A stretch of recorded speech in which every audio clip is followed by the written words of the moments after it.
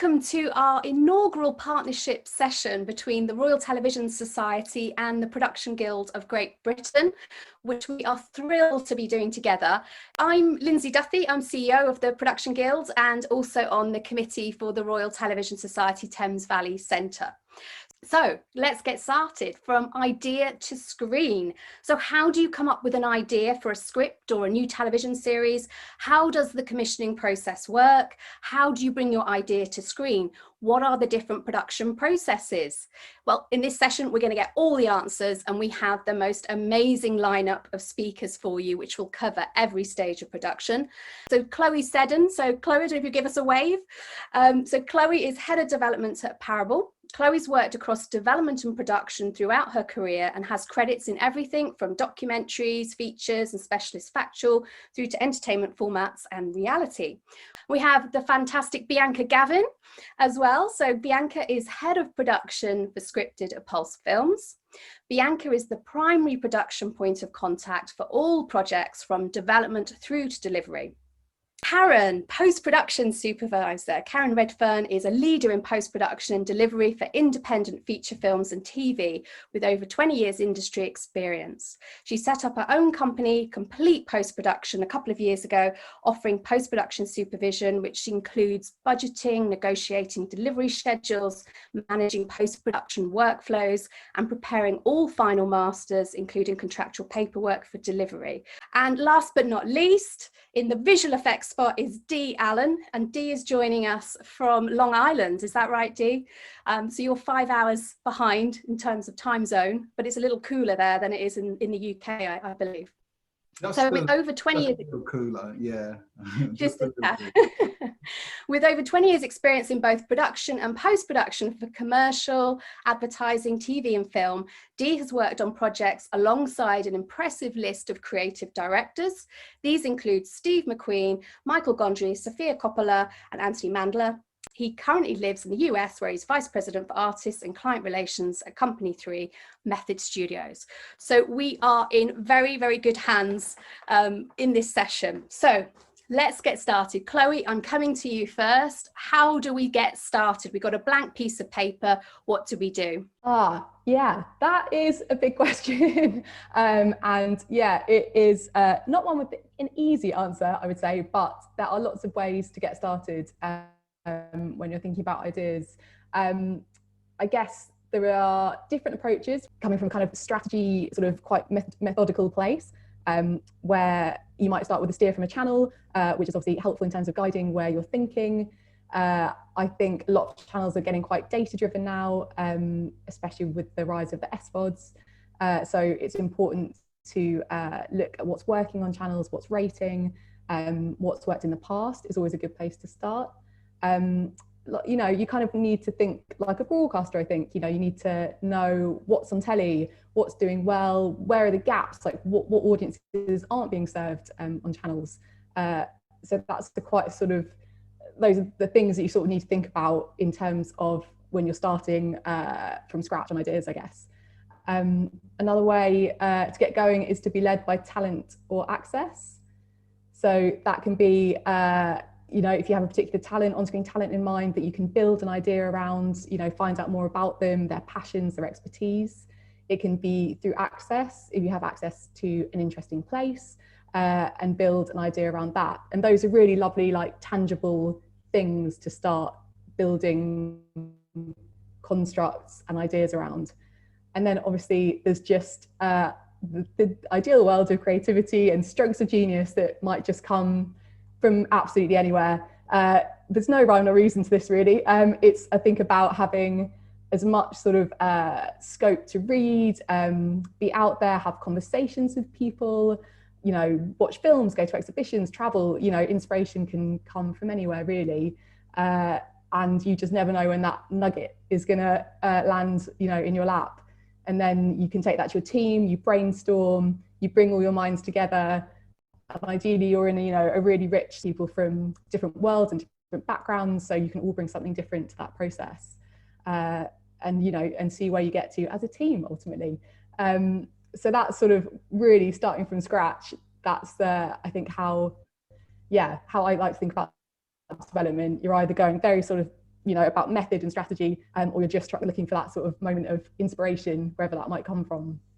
Yeah, so sometimes you might have that intel that you know that Channel 4 are looking for a food program or for a series or a film based on, you know, whatever it might be. So you can work to that constraint. And I suppose there's always more good ideas than there are slots and investment funds available to service as well. So sometimes it might be a timing thing of how to get something through. Yeah, you do need the stars to align sometimes. You know, you can have lots of good ideas and they all stand up and they could all make great telly, but it's about your relationship with your commissioner, the timing, what's been on their channel recently, what's been on telly, how the public are feeling. You know, it's sort of it's a melting pot of different things that need to all come together to sort of land that perfect idea.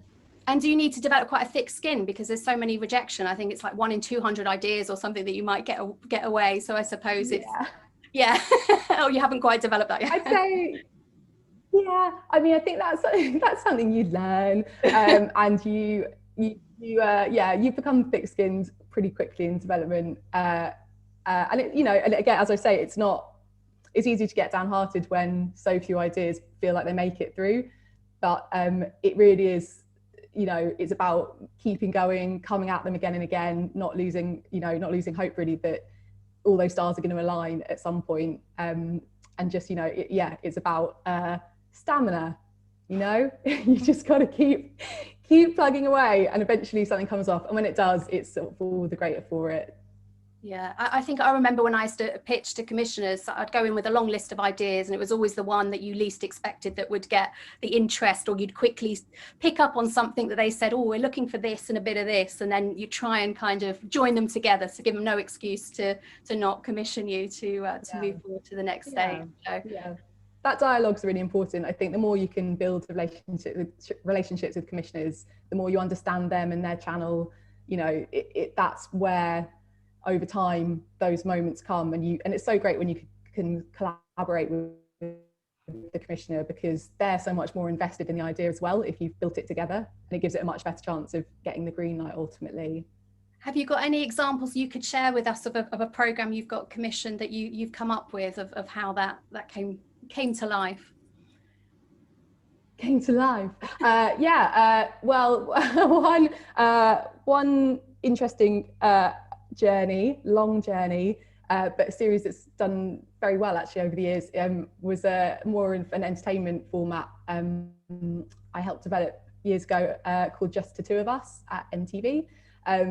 That was a sort of one of the wilder projects I've worked on. I don't know if people know the premise, but it's basically where people come into a tattoo studio and design tattoos for each other and get them without knowing what they're getting.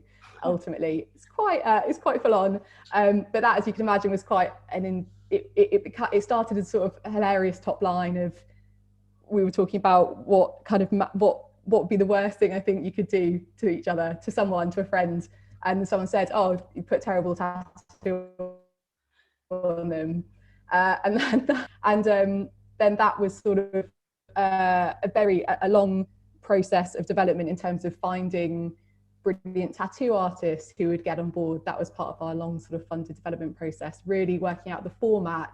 How is it going to work in an episode? You know, how many couples are you going to see? What are the beats that are going to really hold that format together? And obviously, what's the duty of care, and how do we manage this as responsibly as possible, and get a great mix of entertaining stories but also heartfelt stories. So it was sort of something born very much out of a brainstorm moment, and then following that there's sort of the 9 months of development slog of really hammering out how it's going to work and what it's going to cost, and, you know, finding the right people to be part of it. Great. Thanks, Chloe. We'll come back to you for some more insider tips shortly. I'm going to come across to Bianca as head of production.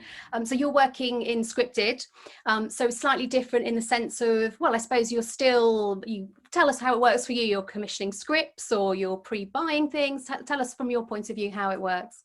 Yeah, I guess same but different. And obviously I'm the physical production side rather than the creative development. So we'll have a slate of projects, and they might all have different different approaches in terms of whether they're paid development invested by the production company, or they're seeking early development from a commissioner, from a platform or broadcaster.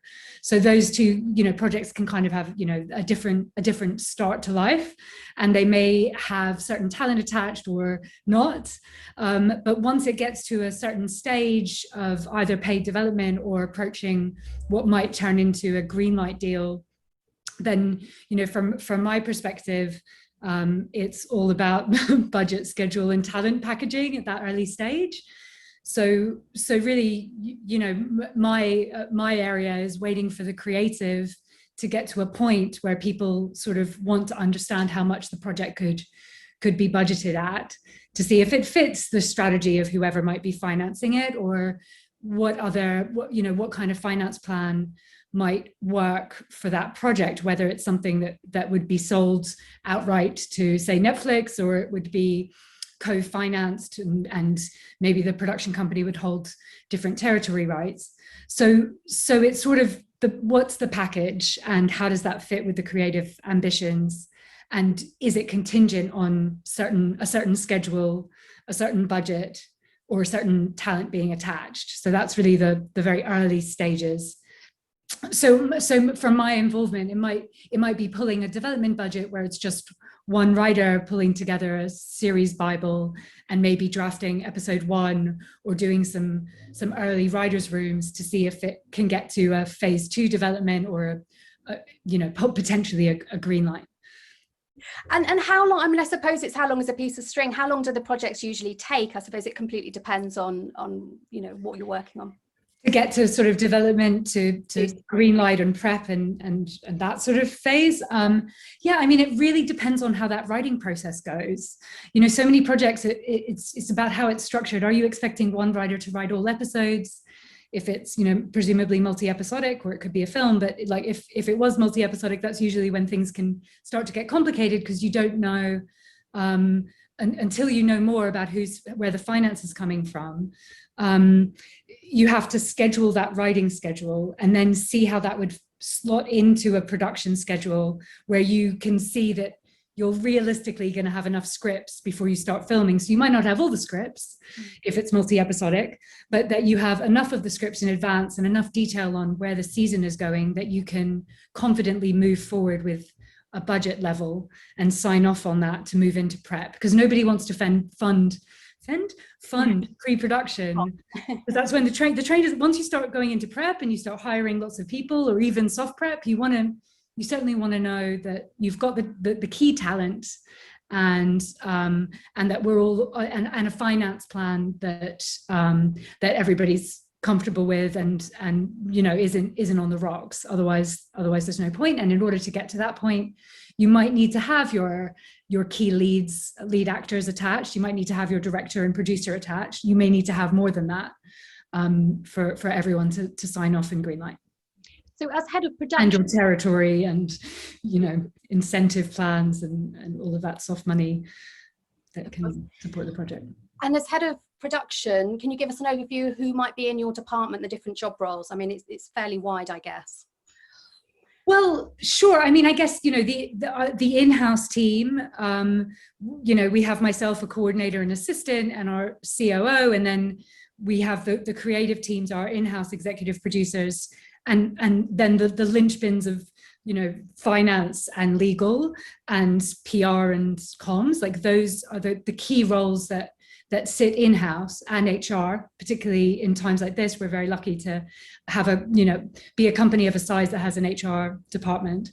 And then as we attach a producer to a project, or multiple producers to projects, then for me, the key role that I'm excited to hire is the line producer, because then I know the budget will be managed without me having to take sole responsibility for that. I can have a line producer really focus on the project and start to mold that budget. But that may not happen until a certain level of development has passed, or you're very close to knowing that the project will be greenlit. And then, of course, the team grows exponentially from there. Can you give us any examples of an interesting production journey on a production that you've worked on? I get like a montage sequence passed through my mind of all the really difficult ones passed through my eyes. I guess, and it's interesting because, when I was a line producer or working in production, I would get a particular snapshot of the production process. And then when I was at Sky and Amazon, I'd get a much more removed one and from a different angle. So the kinds of, stories, I guess, are quite different. I guess, there's, I suppose it's probably worth mentioning a project, which actually I can't name, so maybe it wasn't worth mentioning, but just with the COVID of it all, there was a project that was going to be working in multiple territories. We had done a budget that was based on that and based on different tax incentives. And then when we could see that the world was going about turn, and this was months before green light, then they looked into, and this really speaks to, Dee's role, is that it looked into virtual production, 100% virtual production as a solution to make it a more, realistic production plan. And I think, we were very lucky in that project to make that plan early enough, because if we'd have gone too far down the line or invested too much, we wouldn't have been able to plan for all the pre-animation that you need to do in order to do a big project like that, when really the technology is very new. So I guess there's a sort of expectation when you've got maybe a series outline in one script, that the production person or department will be able to use their crystal ball to predict how many night shoots you're going to need and what country you're going to shoot in 1 year's time. But you have to have enough flexibility in your approach, and everybody on board needs to know that until you have it on paper, you're really pitching it at a level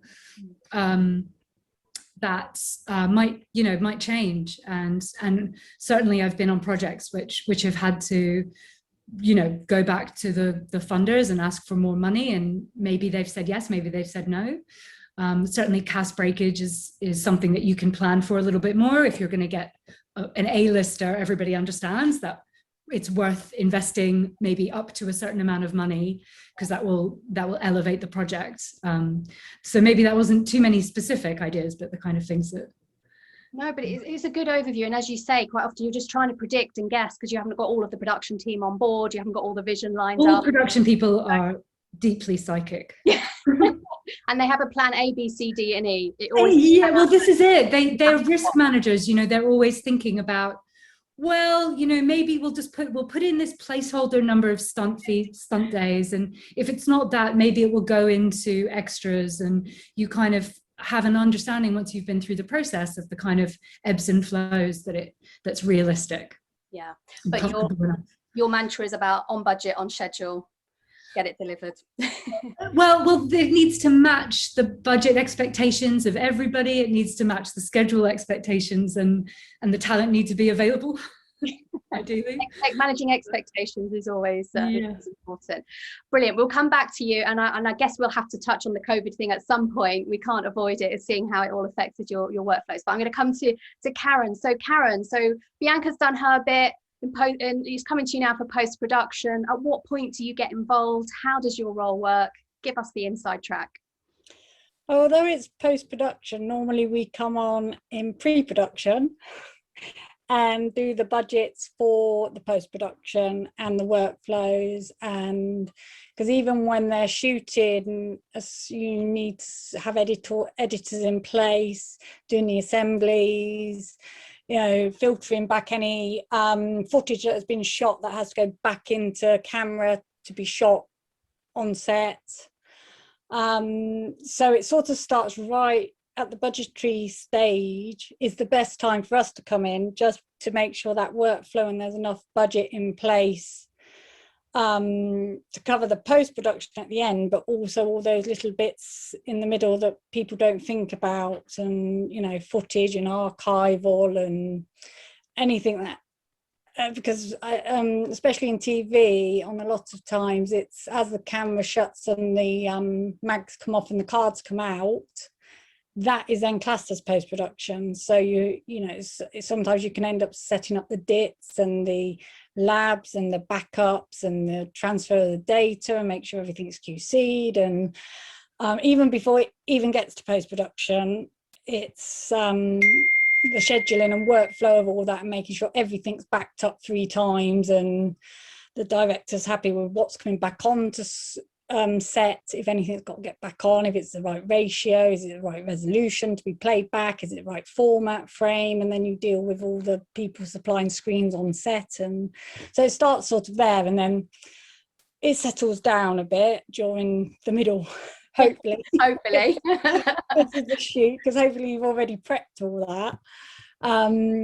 And then you come on sort of when you're coming to an end again and the editorial's moving. Generally, at the moment, they're all at home, and then they go in Soho and the post-production really starts. But a big key is to do the post-scheduling, because even at the moment, we're on one TV show I'm doing, we're posting next year, but it's really hard to schedule the graders and the final mix because it's so busy out. It's so busy out there, and to get editorial rooms, it's unbelievable. And it's not just COVID and there's a backlog, but with Netflix now shooting here and doing everything, and Amazon and the big players all sort of, they've taken a lot of the production spaces anyway. So people are like, we're shooting in Wales.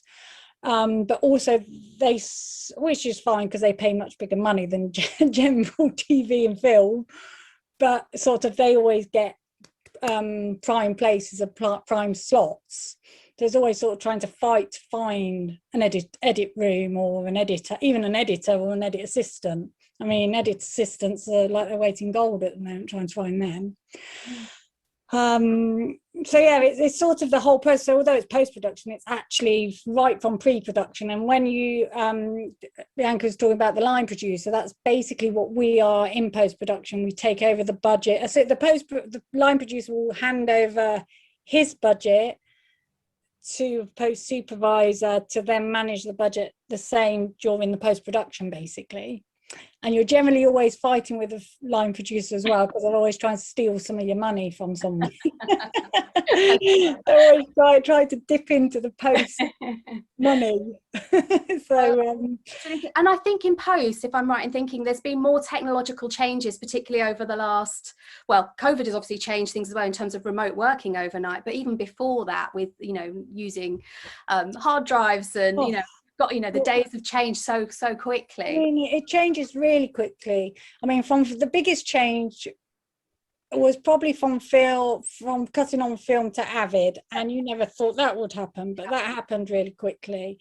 And then obviously you had your telecine film to tape transfer, which was been around for years, but then all of a sudden the digital shooting changed the industry a lot again, and it's gone from the film to a digital, and that transition happened really quickly. Like DVD came and went, different frame rates, different ratios came and went, and before we settled on sort of the standard 16:9 widescreen, because in between you had 14:9, which France always wanted, and 16:9 177 that other territories wanted. And it was just so there was that transitional period trying to find a balance there of widescreen TVs. And then a massive change again now is the HDR and UHD shooting, which is sort of come in, rather than shooting on film, which is obviously a really high resolution, to a really good digital resolution, which at the moment is standard just under 4K. Obviously you can go up, but so yeah, I mean, it just forever changing. And one thing I find really hard is I always liked a tangible tape of a tangible piece of film, and like carrying 25 kilograms of print to Cannes or to a festival or what have you, to now I carry a hard drive, and it's like ridiculous, from a massive 25k to a little hard drive. And you wouldn't be able to back it up or anything. I remember the first time I ever produced something, I wasn't going to let those tapes go. I was like, I can't leave them What do you mean just leave them on the shelf and lock them? You're like, where? What? Even now when you transfer like ProReses or audio files, it's still a bit like, oh, did that work? And is there anything happened in the transfer? And to be fair, you still have to QC, or you should QC every export, because although the content is there, every transfer can affect or have dropout in that export. So yeah, sometimes you just have to believe it's working. Believe it or work. In the sky, it's over there in the clouds. And I'm going to push you as well. Have you got any? I mean, you've worked on some amazing things. I watched 2 Olivia on Sky recently. I really enjoyed that. Have you got any anecdotes you can tell us of? You're in a safe space. No one will tell, I'm sure. So many. Oh my God! From film, and because I work mainly independent films, we're always fighting to get them made. And you know, I suppose one of the main and funniest things I always find is when we get to post and we go into the edit, you'd be surprised at how many directors and producers and DOPs are now not talking to each other. So you actually become a marriage counsellor trying to manage the relationships of your main creatives just to make sure it keeps flowing. Keep going. Well, you are top tip. We've got lots of graduates and new entrants on here today, so yeah, they can get that sorted. Brilliant. We'll come back to you, Dean. Last but not least, I'm saying visual effects, and you've worked in post as well, but I'm guessing you come on board. It's not right at the end. You're probably involved quite early on. Tell us from your perspective from that area. Yeah, pretty much. First off, let me apologise for that little still frame of me at the very beginning. There were some technical issues on this end, but you know, I'm here to handle anything technical, so kind of got over that. So you're just showing off you can do it, aren't you? Yeah, it's pretty much as Karen said. You know, filmmaking, storytelling, visual storytelling has changed so much over the last. I mean, I've been in this business for like just over 20 years now.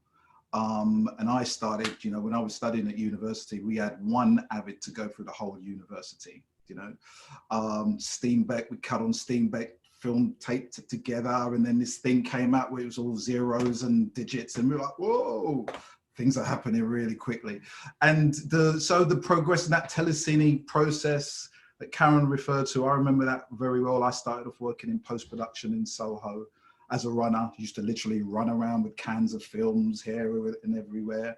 And then everything, just as I say, got condensed. And when it comes to VFX, I mean, filmmaking now is such a it's always been collaborative. It's even more so now, just because the parameters under which we can actually make stories has changed so much. So whereas before teams would be divided up into TV and film and then advertising, what we're finding now is that when it comes to VFX, there's so much cross-pollination between creatives that, you know, we have to come up with different multiple workflows based on what that project is, you know. So, you know, when I was growing up, like visual effects went as far as Star Trek. That was it. That was visual effects for me, you know. And then now you look at things like Game of Thrones, you look at all the Star Wars movies, and the idea is that we create environments, characters, worlds that complement the story. Now, if someone walks away and says, oh, the visual effects was amazing, but they don't know what the story about, that's not success to me, you know? We're there to support the director's vision, yeah? So we have to get, in order to do that to the best of our ability, we have to get involved up front early. It took a while for directors and, you know, producers to kind of understand that, because they kind of positioned visual effects in that post bracket where, okay, we can deal with that later on down the line. But the bigger the projects have become, you know, we're talking about previs, you know, Bianca mentioned, you know, virtual production at this moment in time. You know, pre-visualization is a really key part for a lot of projects, not just film, but TV now, because we're finding that the gap is narrowing between TV projects and film projects. The budgets are still, you know, there's a separation there, but certainly the expectation is still high, and directors previously who you'd see in the world of film and now moving over to the world of TV. But what they're bringing with them is that film, that big, massive performance and experience sensibility to their project. So we get involved as early as possible. understanding that it's always going to be a negotiation. I mean, there's so much involved in VFX, but you know, there's always going to be a negotiation between the creative and the budget and the schedule. Yeah. So, you know, going down the line of all of us who are on here, we're all kind of positioned in different parts of this process. If we had a director stood in the room, Lyndsay, you can be the director. You want this amazing, amazing project. Guys, how are you going to help me do it? And what we all have to do within our teams is have a negotiation as to how we're going to get you what you visualize, you know, and how we're going to bring to the fore your creative vision in a time-effective manner and on budget. And we all play a role in that process. And when it comes to visual effects, I've worked with so many different variants of visual effects producers, and there's a distinction between a post supervisor, a producer on set, a line producer, a visual effects producer, a visual effects supervisor. These are all key people in this whole kind of story making process. And they all kind of hand the baton onto each other, you know?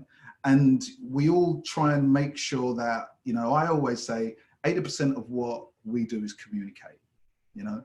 The 20% is what we choose to specialize in, you know, whatever that may be. But if the communication isn't right, then something's going to break down in the middle. And when if you're dealing with a big show that, you know, it's cost hundreds of millions and it's this big spectacle, particularly if it's you know, I know Bianca works on shows that are on running and ongoing, particularly if that show has got a historical reputation and you're bringing in a new team, because teams change, yeah, directors change, DPs change, visual effects houses change. And what you're going to have multiple vendors involved in actually making this thing real. So what you need to have is communication that is next to, like, second to none. You know, it's like you've always got to ensure that you're communicating what the initial idea is from the script to the storyboard. When you're looking at locations, we want to know, okay, if it's a field, how many horses do you see in this field? Well, I want 500 horses. Okay, we're going to have to work out how we're going to give you that. But it means that you might have multiple VFX houses working on that one shot with 500 horses. So you can imagine with digital acquisition, it took some time to get used to it. But once we got a sense of what it could do to enhance the craft of what we do, we embraced it to its maximum, you know, whereby now we just send files day and night to different parts of the world for different teams to be working on shot in a multiple way. So it's a big process, and every project is different. Thank you. And as you say, you know, it's getting what's in your head, or the director's head, producer's head, to share that vision. As you say, if you think of a horse, we might all think of a different color, we might all think of a different type and so forth. So how you communicate that is important. But we're also now so used to seeing how production values have you know, risen across all formats, whether it's factual through to, you know, the highest budget films as well. Have visual effects become more cost effective? Because it used to just be like just way too expensive. For, as I say, we're seeing them across all kinds of Karen's laughing, she's putting her price up as we speak. But it does feel like we're seeing it more used, you know, de rigueur, and particularly with COVID and looking at ways of solving problems. Yeah, I mean, look, post is an expensive process. You know, it is an expensive process. Depending on who your producers are or who the teams are will dictate. If there's a history of working together, you know, what you tend to have is, you know, a package deal. You know, it kind of makes sense to keep everything, if you possibly can, in one location, obviously. But when we're talking about visual effects, it's just not cheap. It's as simple as that. It's not cheap. But again, this is where organization and communication come into it. And this is something that continuously, the teams that I work with, we emphasize as much as we possibly can, is if you've got a project which has visual effects in it, doesn't matter how small or how big it is. I mean, everything's got an element of visual effects in it now, really. Cleanup work, you know, could come under that if you want. But the earlier you get your visual effects team involved, the better and the more cost effective it will be. I guarantee you. You so know, planning. Yeah, you've already budgeted for it anyway. You know, if you've got a long running show, or if you've got a marquee director and DP, you kind of know the realms in which you're working in. So you've already got an idea of costs. But what you do, and that's where your visual effects producer comes in, is that individual is going to be meeting with the producer, having a conversation, seeing the script, seeing the storyboards, sitting down with the producer and going, right, okay, what do we see? How many shots are we looking at visual effects here? And literally mark the shot down from 1 to 400, if it may be. And then there's different types of process. Then you have a conversation with the director, and the director always sees something slightly different than the producer. You see what I mean? So then you kind of get the ballpark, the middle of the ground as to, okay, this is how much time we're looking on, and this is what we can do for you with the budget that we have at our disposal. That's the conversation. And coming back to Bianca's point, managing expectations then of what you're going to be able to do.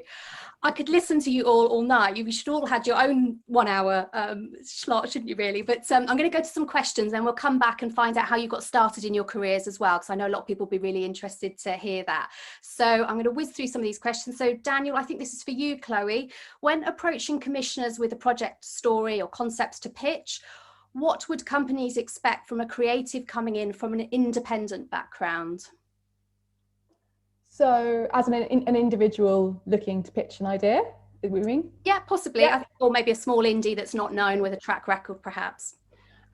So I've worked in startups, you know, where we're coming in completely fresh. You know, we don't have a big back catalogue, so it's not an easy place to start from. But all commissioners, you know, should, you know, it's their job to listen, it's their job to engage. They're not always all brilliant at it, but you hope you land on a good one and you sort of persist. I would say my advice from starting in a startup, you know, going in really cold as a company is it's about standing out, which is hard, you know, because there are hundreds of companies pitching.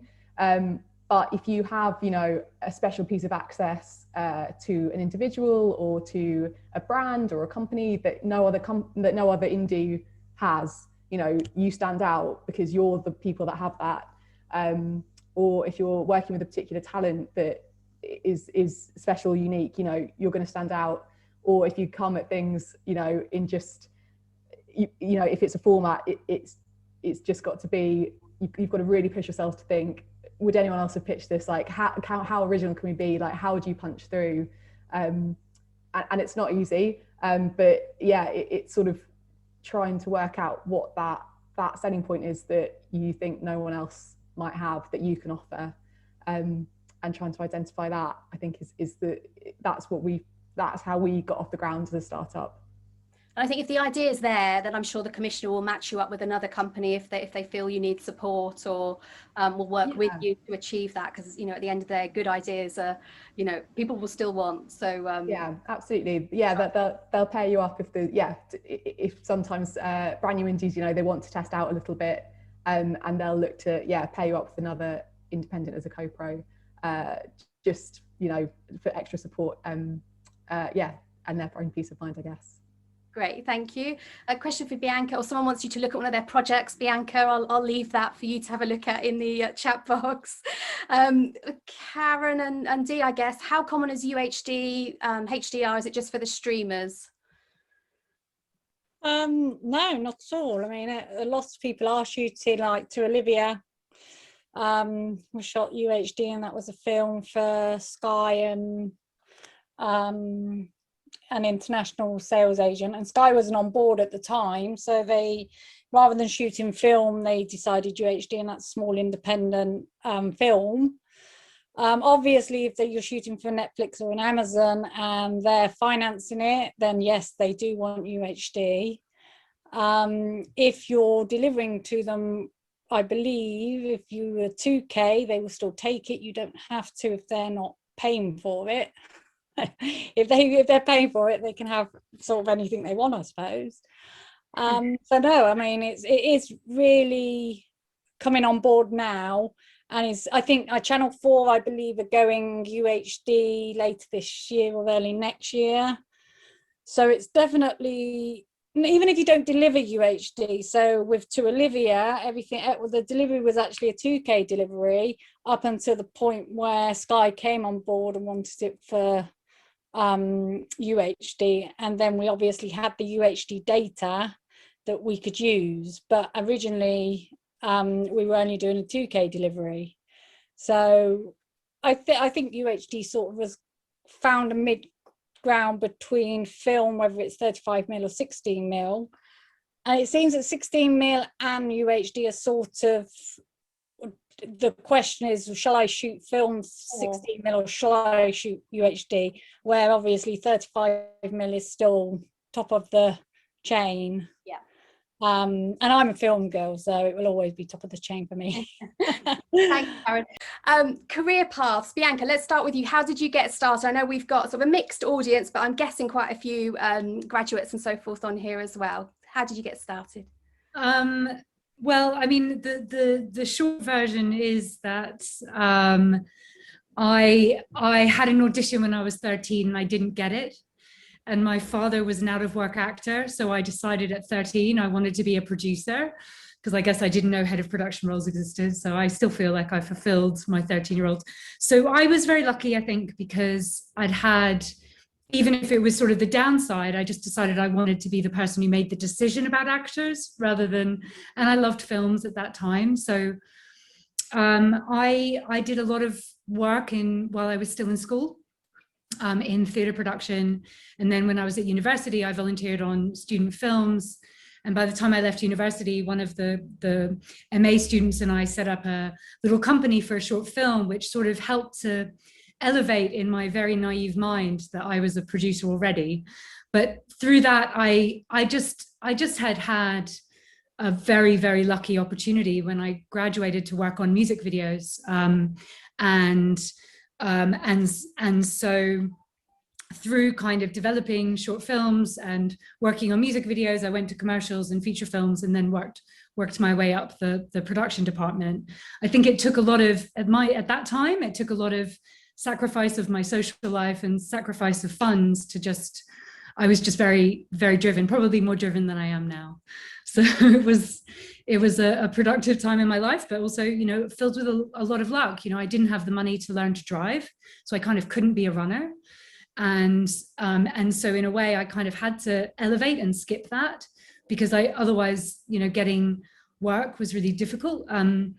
So, you know, I think I've grown to be very conscious of how hard it is for people who don't have a base in London or don't have the money to learn to drive and be a runner driver, and you know, I think it's really important that we look for opportunities to get in without having to have you know, a financial backing or from the get-go.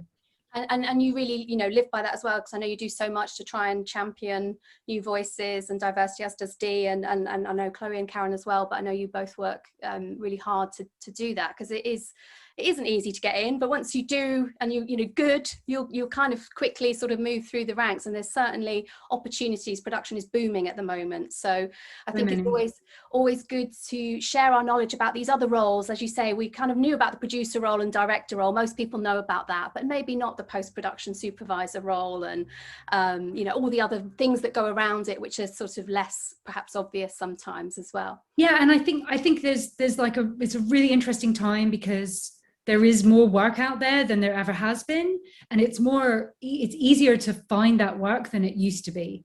Used to not be on the internet at all. It all had to be cold calls and building your network and finding your way to kind of push in, or through diary services once you had credits.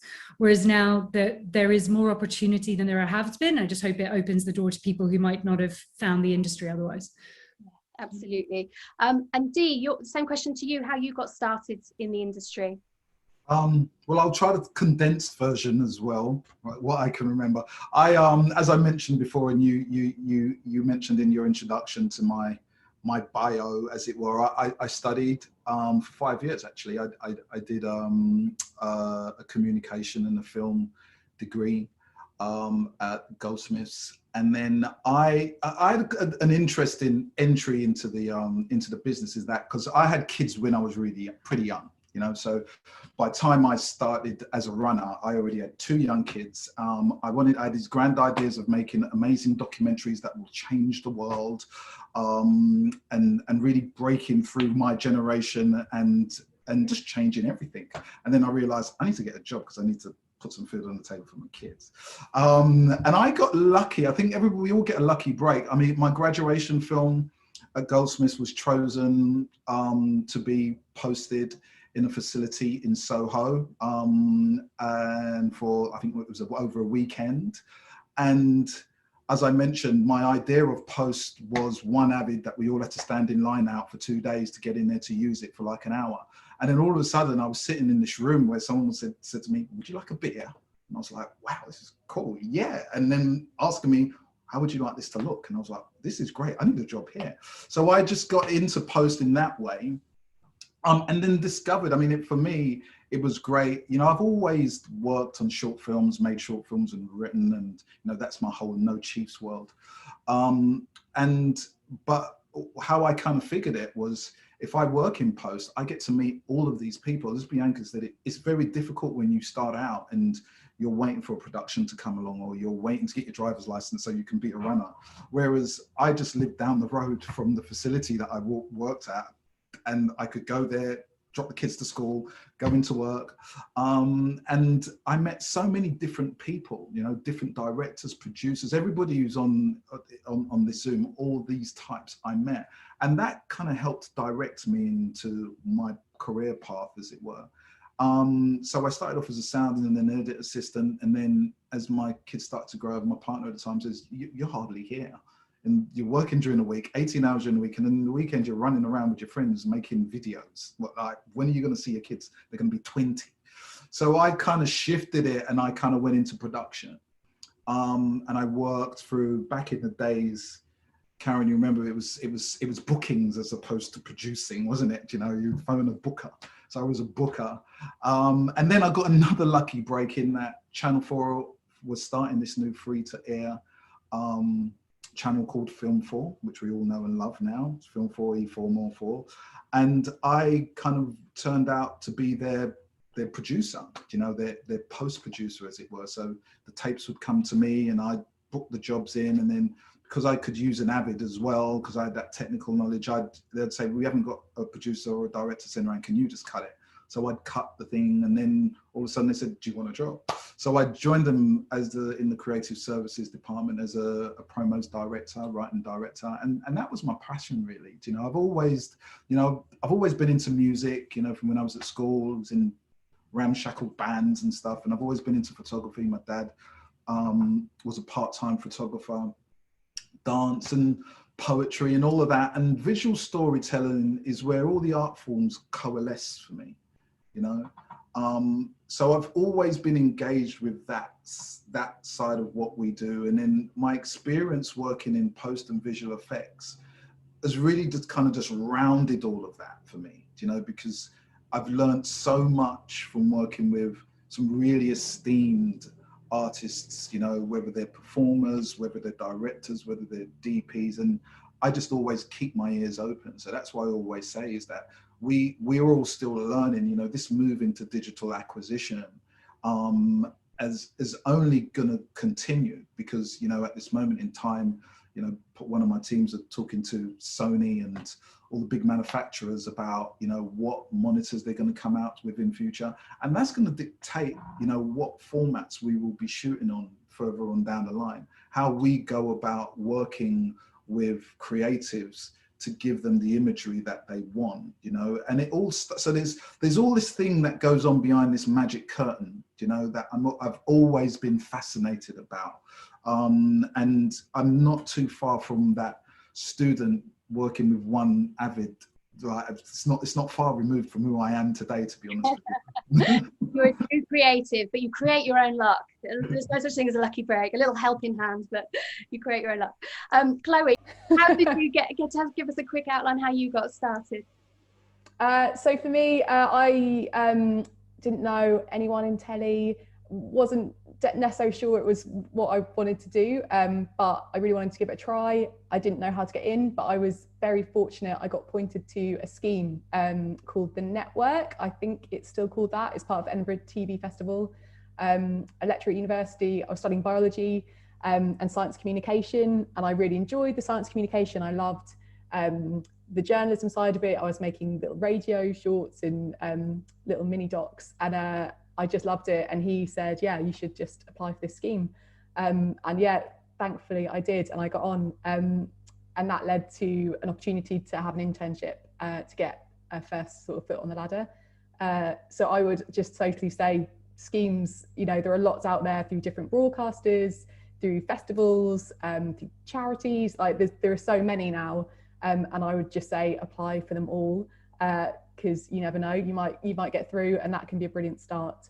And otherwise it's persistence, it's emailing companies again and again, it's perfecting that cover letter, getting your CV straight. And that was sort of even after you've had your first job, you know, after my internship that finished, I had my first researcher gig, and then I was out, because it's the freelance world. I still didn't know that many people, and then it was just a question of persistence and emailing, and you know, just trying to prove, you know, you really want to be somewhere, and make them believe it. Absolutely, really, really good advice. And it's almost being systematic about it as well, as thinking, right, I'm going to email 5 companies today, I'm going to get that bit done, tick it off, and keep going through. So that's where the thick skin starts, which is a good lesson. Yeah, it is. And I should say we're running our own mentoring scheme as well, so please get in touch with the Production Guild if applicable as well, because we'd love to help people. We're running out of time. This is terrible. We need another few hours, although it's way too hot. Karen, how did you get started? I was a runner at a company called TVI, which I'm sure Dee will know anyway, on Wardour, I think it's Wardour Street, maybe it's Dean Street, I can't remember. So I basically walked around Soho handing out CVs, wanting to go into production, be a production assistant, not really knowing what companies were what. I was just handing out CVs to every media company I came across, and ended up at TVI as a runner, and realised it was post-production, which now I'm really thankful for. And I think that's something students or people coming through the industry need to think about, because as a mother of 2, I couldn't be away from home for a period of like 16 weeks or 4 weeks or however long on set, 5 days a week. So as post-production, I'm at a base in London, so I'm not doing that traveling, which I think is really important to sort of consider as a family going later on in life, whether you know, that's something you really need to think about, being able to be away from home.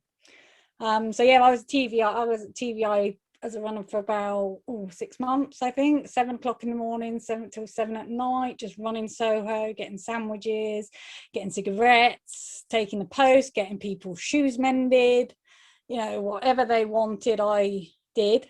And that's what you have to do. And I'm sure everyone here will say it's not so much getting the job, it's showing that you're willing to do the job, and it is just hard work. And you know, you need to be in. If your boss starts at 9 o'clock, you should be there at 8:30, making them a cup of coffee, so when they walk through the door, basically, and that type of thing. And then from there I was I spent a lot of time in telescene department, because I really like picture, not so much, it's not that I don't like sound, but I have much more into picture.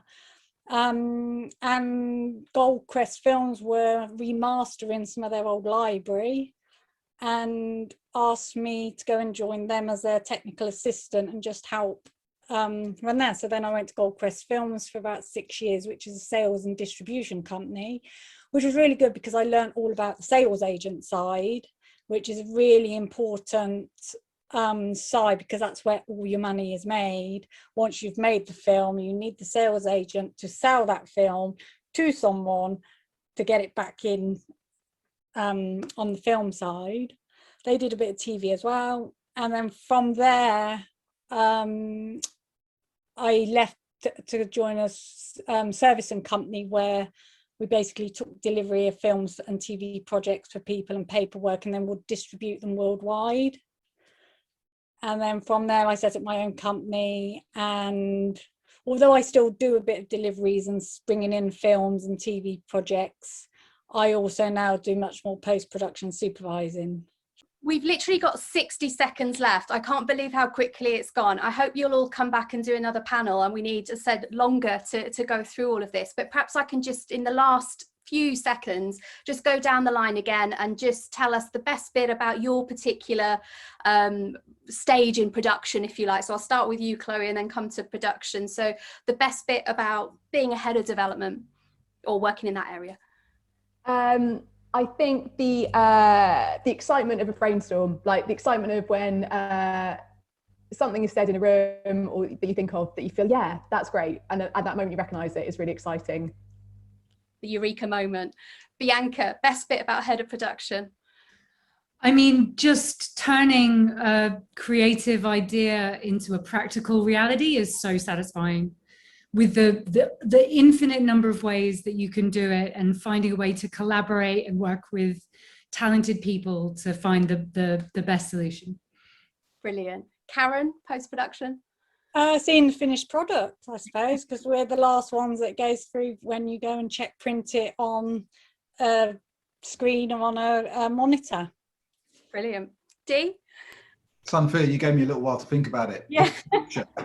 The future is the best part about what I do, because, you know, I'm talking to a gaming company at this moment about a project, a huge project. And so, you know, the way that technology changes, it just lends itself to what we do for storytelling to just get better and better. Oh, brilliant. I couldn't have scripted that better for you to give me that outro, Dee. That's fantastic. The future. Well, all that leaves me to say is thank you so much to everyone who joined us. We had over 100 people join us and stay with us, which is incredible on the hottest day of the year. Thank you to our panelists. I mean, you're all such amazing experts. So grateful for your time. You have been incredible. So round of applause for them. And I wish you all well with your careers and everything that you're doing. And go and enjoy the last of the sunshine, I think, if there's any left tonight. See you. Thanks, everyone. Thanks. Bye-bye. Thank you. Bye now.